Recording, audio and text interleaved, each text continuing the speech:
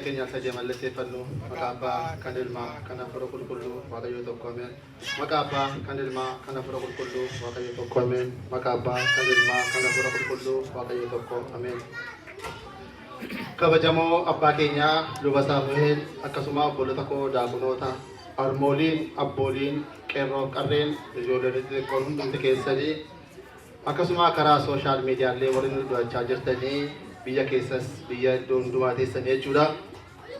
Nagaan Waaqayyoo bakka jirtanitti isiniif baay'atu akkam bultanii akkam jirtu akkam turtanii maqaan Waaqayyoo abbaa keenyaa arras bolos kan galateeffameef kan eebbifame nuuf haa ta'u.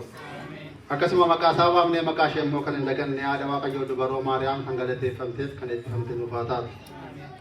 Hundumti keessanii baga xoomaa gooftaa keenyaa Fayyisaa keenya Yesuus Kiristoosii baga itti galuu yookaan immoo akkasii qabuu isaati qabuu kan itti qabuudha baga keessan hammattanii qabdu jechuudha goota xuruutti qabdu akkasiin harkaan baanetti jechuudha qabdaniitu har'aa baajjeetinis ga'an har'a ishi egaa ayyaanni jii lamaan kun egaa ji'a gooftaan keenya Yesuus Kiristoosii yeroo inni itti qormaata cimaa keessa turedha. Yeroo seexanni illee dhaqee maalitti hin jedhee mee ati dhagaa kana mee daabboo godhe ittiin jedhee yeroo inni qoreedha. Yeroo inni yoo dhuguma ati ilma Waaqayyoo taate mataa kee foqii kanarraa gad darbadhu jedhee yeroo inni qormaata kana qoreedha jechuudha. Kanaaf jedhee inni Geetsemanii bakka soomii sanatti dhaqee Waaqayyoo halkan 40 fi guyyaa 40 waan tokko akka keenya ganama amma ተወሰነ